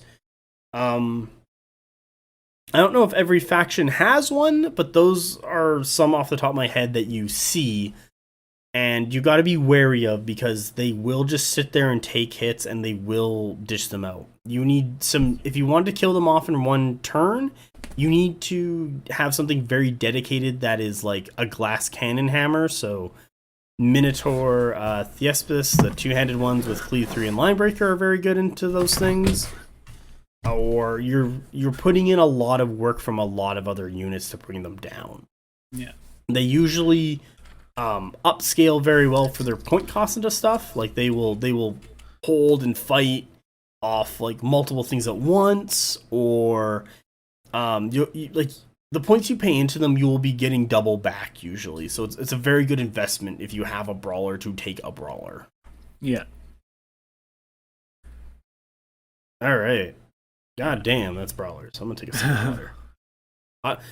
I love them because it's just like, get in there, boys. Keep killing until your arms are tired, but we need more killing. Yeah.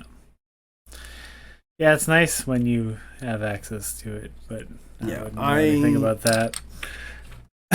Was it Chosen of War? No, actually Chosen of Death would probably be a really good brawler because they're Evasion 3 base. Fucking ridiculous. Yeah.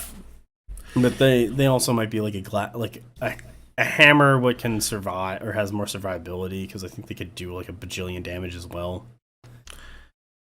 Yeah. I wouldn't be surprised if people built Chosen of Death or Chosen of War. It's kind of up there. I don't know. Yeah.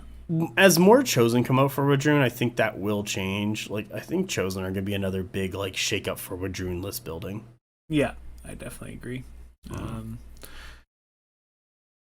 Yeah, all right. The Brute Chosen actually specifically, I feel like have a lot of brawling potential as well. They're good warbred, and then you can take Chosen of Conquest that are good, and then you can restrict yourself into Chosen of War and go from there. And I think it'll be really good. Yeah. All right, so the next thing we're going to talk about for units and stuff is we're kind of getting into some ranged elements. And all these things that I've talked about before also affect range. More on the damage output, so like glass cannons, hammers. I don't know. What would be a meat grinder? I think the Tempered Sorcerer is the meat grinder. That guy just fucking kills people. Yeah. He does not stop killing. Yeah. So those units are like more hammer characteristics will apply to range units, but they do get a bit more. You get into skirmishers, and there's also melee skirmishers, and they're usually lights but are fast. So I'm gonna talk about some melee skirmishers. So those will be your Raptor Riders, your Mounted Squires, your Infernal Automatas. They're kind of a light skirmisher that is also a brawler, surprisingly, because they're kind of tanky. Flame Berserkers are light skirmishers. Hunters. They're Dwags. They're tanky. You're saying? Hunters, Bow Chosen. Yeah. Yeah. So the goal of a skirmisher is to not win a fight. It is to harass and deal damage and just be an annoying asshole. So Raptor Eyes are really good at this because they just move up, shoot their guns, fluid reform, and if you're already in range, they will fluid reform 180, shoot their guns, and then back up. And then that gets into another strategy that people will use if they have space and can do it properly and all the other things that are going on. It doesn't show up very much, but it's something you should be aware of. It's called kiting. And this is an MMO term that, came from like MMOs and shit. Like you'll see it in World of Warcraft, and it's basically you also people do it in like RPGs and stuff where you take your ranged unit, worker, guy, dude, whatever. You shoot at something and it starts to follow you, and you start moving away and you keep shooting at it. So it acts like a kite. Like, you're flying kites. It's following you around, it follows you wherever you move, and you keep shooting at it until it's dead. So Raptor Riders are a really good use of this. In 100 Kingdoms, there is the double time fire in advance, like what I kind of dubbed the scoot and shoot. Mm-hmm. And you can put it... Sorry? Oh, no, just laughed. Oh, okay. You can put it on the Imperial Ranger Corps who have fluid formation, and you could spin, move a little, shoot, and then double time away. So like you could, if your enemy's within 16, like if they're in like 18 and a half, you basically spin 180, back up, because fluid formation allows you to shoot through your back arc. You just shoot backwards into your opponent.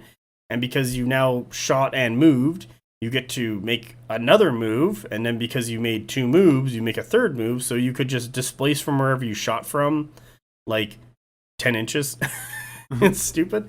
And so now you're kiting. Yeah. It doesn't really come up in Conquest that much because usually you get into the Cascade, and I'll get into that. My God. It's just a lot. This episode might just be terminology. Yeah. Just listen to me talk about terms. So back to skirmishers. They're usually lights that are fast, not designed to kill, designed to be annoying and fuck with your opponent. Raptor Riders do it really well. The Imperial Officer decked out in that build does it very well. You can kind of do it with like ranged units pretty well. Light melee units kind of do it, like the Infernal Automatas, the Mounted Squires. They're just fast. And the only thing they're really gonna kill, especially Mounted Squires, are like other lights, except for the Infernal Automatas. Those guys will kill mediums. And if you get enough of them, it's just like fucking annoying to get rid of them.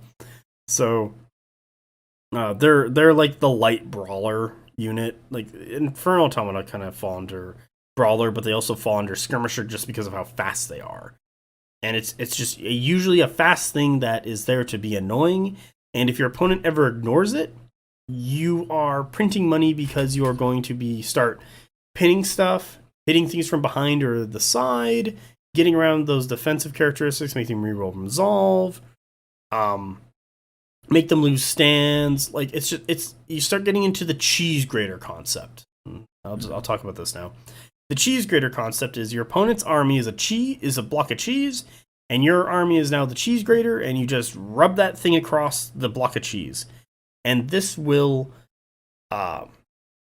slowly but surely start killing things off. So it's like if there's 3 regiments running at you, and you take off a stand each time. Now there are 3 regiments with 2 stands each, and the next turn you take off a stand each time. And now it's 1 or 3 regiments with 1 stand each, and they finally get to you, and then you just melee them all to death. Like you've just successfully cheese grated. Yeah. Skirmishers are very good at cheese grating, and it's infuriating from your opponent because it's just this constant damage that's coming in. That it's doing damage, it's doing work, but it's not enough to justify them pulling away and dealing with you. But it's still there, and it's still infuriating. It's like if like a mosquito's in a room or a fly keeps flying around and biting you. Like you want to deal with it, you want to get rid of it, but it's just like, you can't. It's too fast. It's too small. But it's just there, pissing you off. Yeah. So a lot more range stuff kind of does the cheese grating concept. Gets into skirmishing better because they have more mobility and they can stay away from stuff. And you can take like the ranged, like the melee hammers that I've already spoken of, and apply them to range unit. Like Fireforge, that's a hammer. Hellbringer Drake's a hammer. Merc crossbows are like a pinner speed bump that also has some damage capabilities, because sometimes they just like get 7 hits every time, and you're like, yay, 7 AP ones. Hunter Cadre is what would be called a scalpel. Oh, I guess I'm talking about scalpels now. So a scalpel is a unit that is designed to like on a doctor's table. They have their scalpel, and they're going to do some fine detailing to open up the body, do some surgical work, and do some fine detailing to, let's say, remove something. So Hunter Cadre and Hunter Kingdoms kind of work as a scalpel at times to target specific things to get rid of it, and the thing they're targeting are monsters and brutes, because they get their reroll from Fiend Hunter, and they got AP1 in their guns, and then if the monster or brute gets close enough, they can charge it with Cleave 1, and they get all those rerolls. So they are a glass cannon scalpel because they do very well into those specific things, and you can just wipe them out. Like I literally had a game today where I had 4 stands, a Hunter Cadre with an Imperial Officer with the Kiss Farewell, shoot at a unit of Minotaur Hespices, the ones with the shield, and wipe the entire unit. Like there was an MSU of them, and they just all dead because I just shot them with enough AP1s and enough rerolls because of Fiend Hunter that I got a ton of shots in, and they died. And I was like, cool, you're done. And scalpels are also used for thin line accuracy. So you'll use a scalpel to get between stuff, and this is usually with a gunshot, and they're usually ranged elements because it's easier to do. You'll sometimes use it with regiments if there's a big enough gap, but it's usually just ranged elements that do this. If, let's say, you have a Hellbringer Drake, and there's a gap between the regiments, and you can just see the edge of this like light regiment that has a scoring character, like let's say a Theus Priest and a bunch of militia bowmen, and you overcharge a bunch of shots, take aim, and shoot between the 2 regiments where you have just enough of a gap to get through into those militia bowmen, and you deal enough damage to just wipe them out. You've just scalpeled out the Theus Priest, and now your opponent is no longer scoring. Yeah.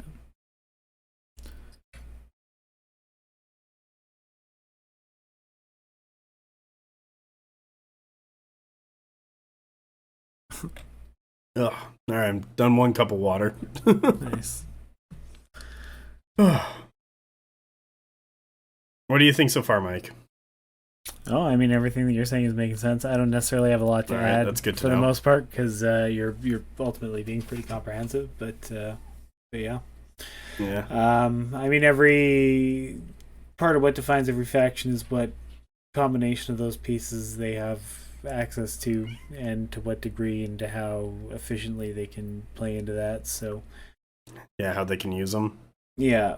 So I mean, a lot of like, Nords and Wadrun kind of just get a lot of their units just rubber stamped with that glass cannon modifier.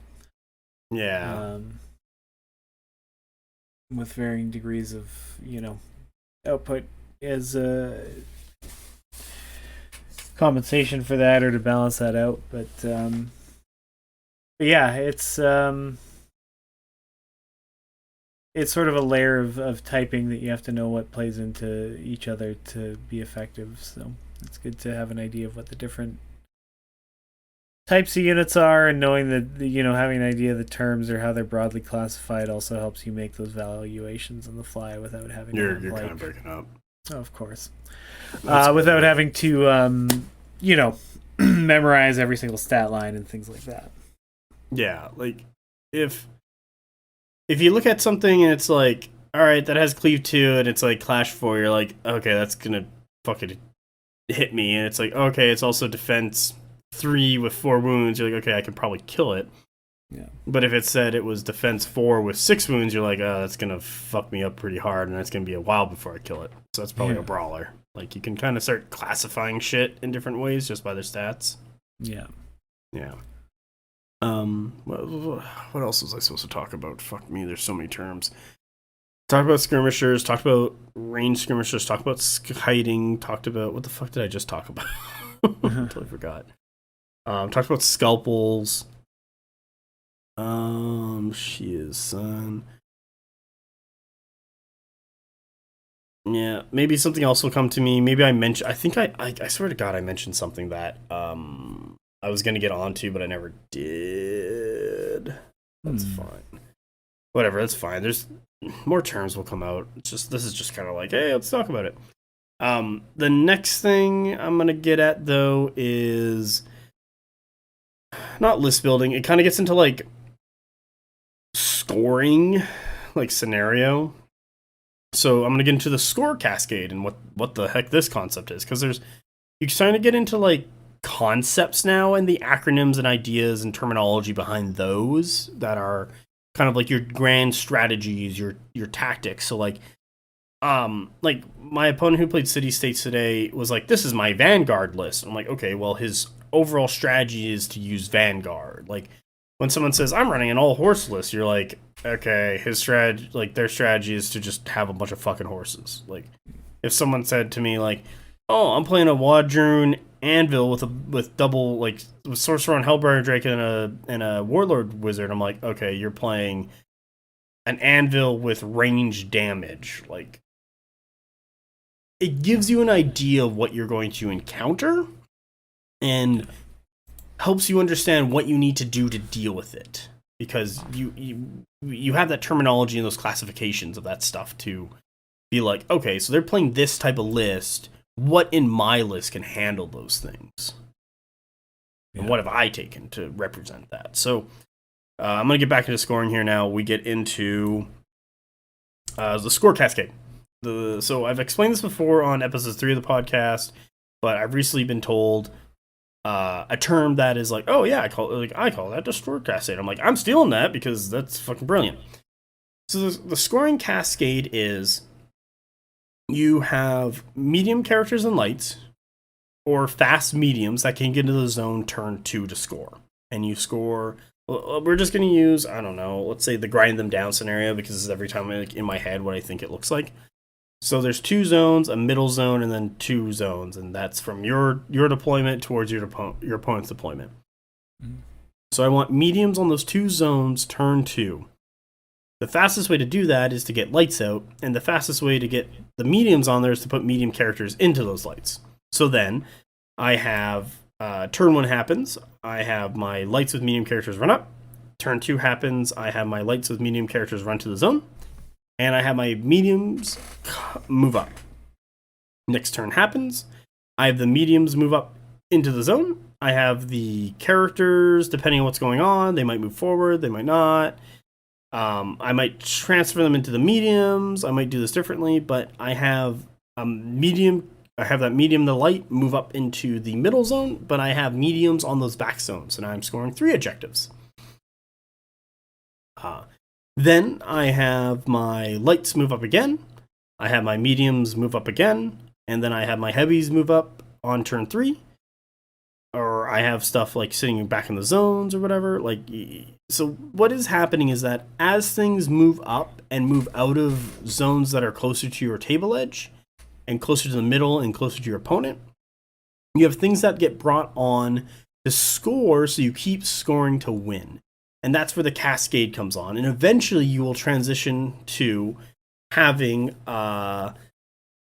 maybe a medium character and a ranged light. Maybe you'll have like a scoring unit. A scoring unit is something that is cheap and a medium, and its whole job is to sit on a zone. So the perfect example is Men-at-Arms from 100 Kingdoms. They're 105 points, and they are great as an MSU, minimum size unit, to just get on a zone, sit there and score it.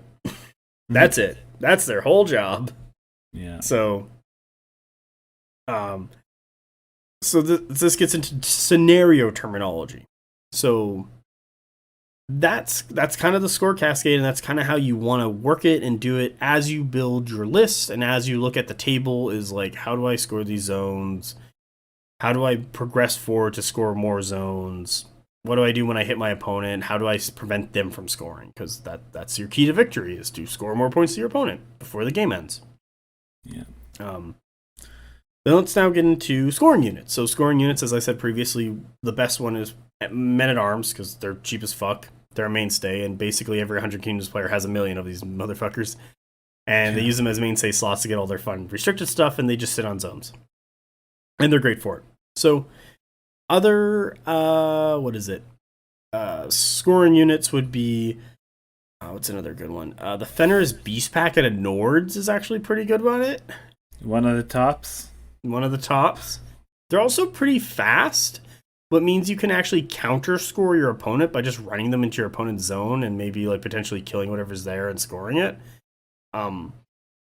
Household Knights are another good choice, but they're only good if you're using them as an MSU and your plan is to run them into your opponent's zone to like kind of kill enough so that you have one more stand than your opponent. Like maybe they have a light with a character in there, and you hit the light and kill enough of the lights to reduce their stands, and they can't kill you because you're just like your defense with a shield. So it's like way tougher, and you just score it that way or use them to contest. We'll get into contesting stuff. So that's another good one. Any medium in a light is also a good option, but I know people will, and you got to be careful because you know people like their characters, so you want to look into seeking new escort with that character into other regiments so that they're safe, and then sending that light further up when you need to, and then it gets back into the score cascade, as I've already mentioned. So, you know, lights go forward, score with the mediums. Medium characters either stay or go, depending on what the fuck's going on.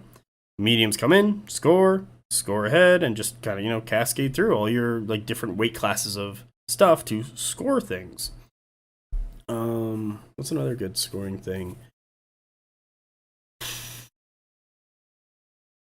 That's just basically off the top of my head.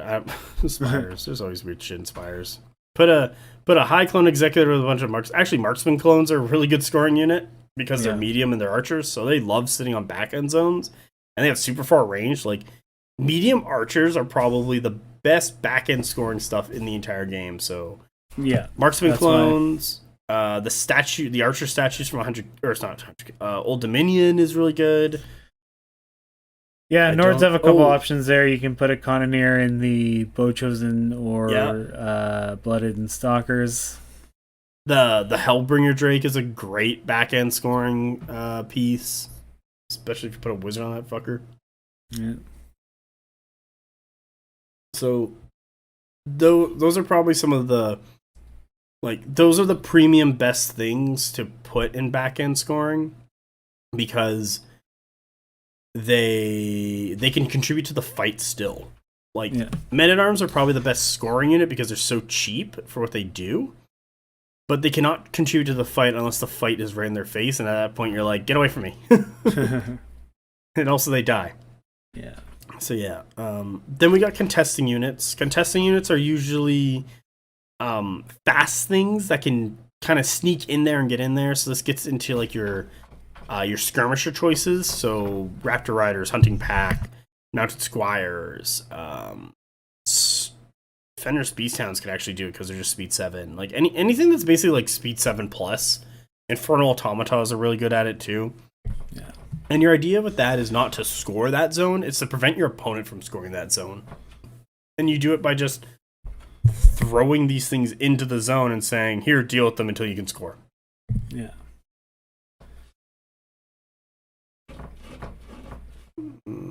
What else is there to talk about? I need some water because my throat's starting to take it. Ugh. Yeah. That's a lot of terminology. I hope that helps a lot, like understanding what people are looking at and for. And then that gets into list building. It's Mike, I think we're gonna stop because it is midnight. Yeah, this might be a place to cut this one off, but I feel like we covered a lot. So yeah, I believe we covered a lot too. So we're gonna save list building for next. Yes, the next bi-weekly or next time we score, we'll talk about that discussion because now that you as a listener understand kind of what everything is, what roles are, how things work, we're gonna, now it transfers to how do you use those things to build a list to play the game. Yeah. And that was kind of like the idea behind this episode is to provide that information because, it popped up a bunch of times. So it's kind of like, hey, when you say this, what does it mean? Hey, how do I use this? How do I use a hammer? How do I use an anvil effectively? Well, you need to understand what that is first. Yeah. And then you need to build with it and pick those things. So like, because your list is now combining all the elements we just talked about together into a list to then play your opponent. So, the thing is like, oh, we should always have balanced lists, but it's like, sometimes like a thing is really good and then spamming the fuck out of it is the answer, and spam is just taking as many of those things as you can. Yeah. There's a terminology on that one, and we'll kind of get into that terminology more for list building because that is a list build, and we'll get into like list building terminology as we do the list building episode, I believe. Yeah. Yeah. That makes sense. Any closing thoughts, or was this just me talking about terminology for way too goddamn long? Yeah, I mean, again, I don't necessarily have too much more to add there, so I don't want to just talk for the sake of hearing my own voice, but I want to hear your voice. Yeah, well, that's my whole shtick is based on scarcity, so I have to not give the people what they want. But yeah, I mean, it's good to understand essentially the archetypes that the units are designed with because it's going to inform your list building and make you more effective. And if somebody understands it and you don't, then they simply have an edge. So yeah, that is true. Like it does help. Yeah. So with that, I guess we'll call it a night. What else we got? What do we got? Plugs. BonkTable Discord, check her out. You can come talk to us. We'll be in there. Talk about Conquest. Use them swear words. All the good ones. All the good ones, yeah. The pee, poo, whatever you like. Yeah. BDSM, fuck, hell, all that stuff. Yeah. Check out the BonkTable YouTube.